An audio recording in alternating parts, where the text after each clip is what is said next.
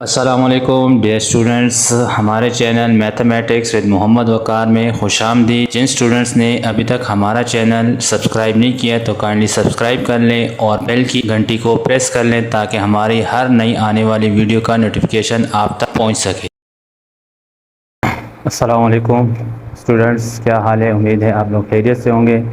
मेरा नाम है मोहम्मद वक़ार और आप लोग देख रहे हैं मेरा YouTube channel mathematics with Mohammad Waqar. तो आज का हमारा जो लेक्चर है वो लेक्चर नंबर 2 है क्लास 9 के। तो चलते हैं आज के टॉपिक की तरफ। और आज का जो हमारा टॉपिक है वो है equality of to matrices. Equality of to matrices से क्या मुराद है, यानी दो मैट्रिसेस कब आपस में बराबर हो सकते हैं। तो दो मैट्रिसेस जब बराबर होंगे तो उसके लिए दो कंडीशन है। कौन कौन सी कंडीशन है यहाँ पे देखें। Two given matrix A and B, यानी दो आपको कोई भी मैट्रिक्स गिवन है, एक ए और एक बी, कोई भी मैट्रिक्स हो सकते हैं। यहाँ पे जर्नल ए और बी लिखा है, आपके पास कोई भी मैट्रिक्स आ सकता है, एक्स वाई आ सकता है, सी डी आ सकता है, कोई भी मैट्रिक्स हो सकता है।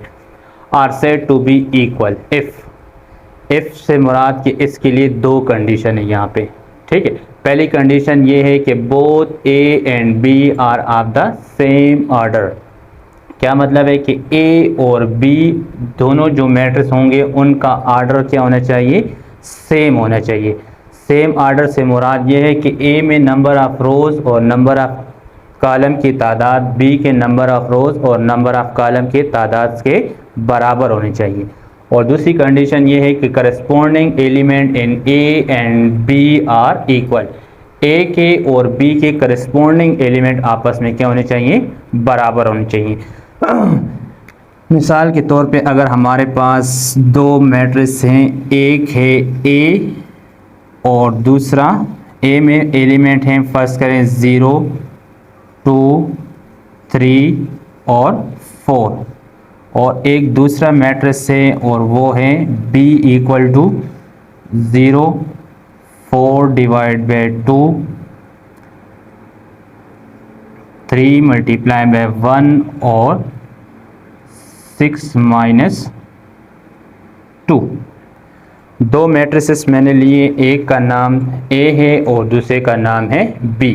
अब इन दो में हम चेक करते हैं, ये A और B हम चेक करते हैं कि ये दो मैट्रिसेस आपस में बराबर है या नहीं। अब इनमें हम ये दो कंडीशन चेक करेंगे।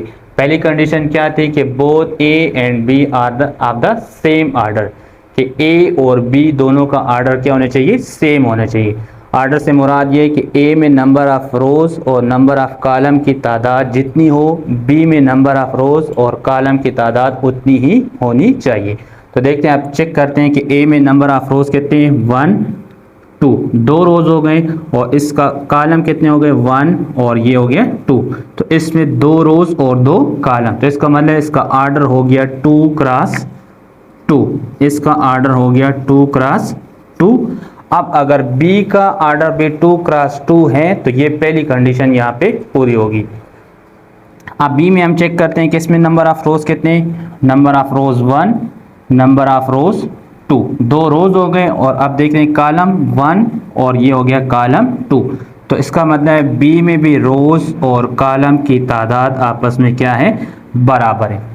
तो इसका मतलब है कि ए का ऑर्डर और बी का ऑर्डर क्या है, सेम है। तो ये पहली कंडीशन यहाँ पे पूरी हो गई है। अब हम दूसरी कंडीशन चेक करेंगे। अब ये दूसरी कंडीशन भी पूरी होगी तब हम कह सकते हैं कि ए और बी आपस में क्या है, बराबर है। और दूसरी कंडीशन सबसे ज़्यादा बच्चों को मुश्किल लगती है कि corresponding element in A and B are equal. यहाँ पे जो मुश्किल चीज़ उनको लगती है वो ये चीज़ लगती है कि करस्पॉन्डिंग का मतलब क्या है। करस्पॉन्डिंग का मतलब ये है कि ए में जो नंबर जिस पोजीशन पे होगा, बी में वही नंबर उसी पोजीशन पे मौजूद हो, तो ये उसका करस्पॉन्डिंग एलिमेंट कहलाता है।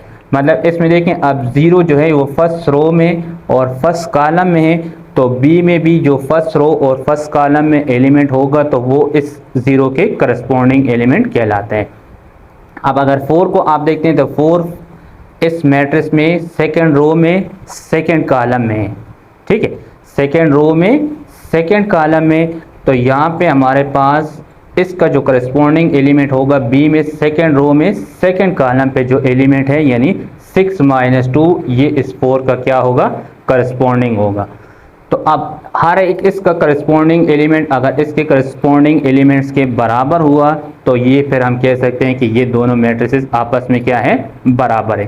तो चेक करते हैं कि इसका फर्स्ट एलिमेंट क्या है, 0, बी का फर्स्ट एलिमेंट 0, तो 0 इज इक्वल टू 0, पहला एलिमेंट बराबर हो गया। दूसरा एलिमेंट चेक करें, यहाँ पे 2 आ रहा है, यहाँ पे आ रहा है 4 डिवाइड बाई 2, तो 4 को 2 से जब डिवाइड करें तो इससे भी क्या आते हैं, 2 ही आते हैं। तो यहाँ पे 2 और यहाँ भी इसका करस्पॉन्डिंग एलिमेंट वहाँ पे 2 है, तो इसका मतलब है कि सेकंड एलिमेंट भी बराबर। थर्ड एलिमेंट चेक करें, यहाँ पे 3, यहाँ पे 3 मल्टीप्लाई बाय 1, 3 1 जा 3, तो ये एलिमेंट और ये एलिमेंट भी आपस में बराबर हो गए। फिर 4 यानी आखिरी एलिमेंट चेक करें, यहाँ पे 4 और यहाँ पे एलिमेंट है 6 माइनस 2, तो 4 और 6 माइनस 2 यानी 6 से 2 माइनस कर लें, इससे भी क्या आता है, 4 ही आता है। तो इसका मतलब है कि ए का हर एक एलिमेंट बी के करस्पॉन्डिंग एलिमेंट्स के क्या है, बराबर है। तो इन दो मैट्रिसेस के लिए दो कंडीशन पूरी हो रही है, तो इसका मतलब है कि ए और बी आपस में क्या है, बराबर है। जो भी मैट्रिसेस इन दोनों कंडीशन को पूरा करेंगे तो वो आपस में क्या होंगे, इक्वल मैट्रिक्स होंगे। उन मैट्रिसेस को फिर हम कह सकते हैं कि ये दोनों मैट्रिसेस क्या है, इक्वल है। अब अगर इस तरह आपके पास कोई मैट्रिक्स आ जाए, फर्ज करें एक मैट्रिक्स है x, इसमें एलिमेंट है 1 2 3 0 9 1, और दूसरा एक एलिमेंट है y और इसमें एलिमेंट्स की तादाद है 1 0 2 6 0 1। अब इन दो को आप चेक करते हैं कि ये दोनों मैट्रिसेस इक्वल है या नहीं है। तो इसके लिए पहली कंडीशन आप क्या चेक करेंगे कि दोनों का आर्डर क्या होना चाहिए, सेम होना चाहिए। तो आप देखें x का आर्डर क्या है, 2 रोज हैं और कितने कॉलम है, 3 कॉलम है, तो इसका आर्डर हो जाएगा 2 क्रॉस 3, इसका आर्डर हो गया 2 क्रॉस 3।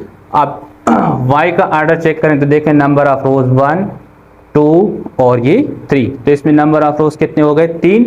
नंबर ऑफ कॉलम देखें 1 और ये 2, तो इसका आर्डर हो गया 3 क्रॉस 2।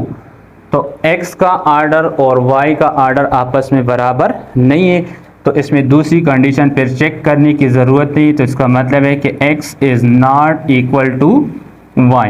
जब पहली कंडीशन ही पूरी ना हो तो इसका मतलब है फिर दूसरी कंडीशन को चेक करने की ज़रूरत नहीं है, वो दोनों मैट्रिसेस आपस में इक्वल नहीं हो सकते। अब एक और मिसाल ले लें कि एक मैट्रिक्स है आपके पास C और इसमें एलिमेंट है -2 0 6 -8, और D एक एलिमेंट है, D एक मैट्रिक्स है, इसमें एलिमेंट्स की तादाद है -2 0 -6 और 1।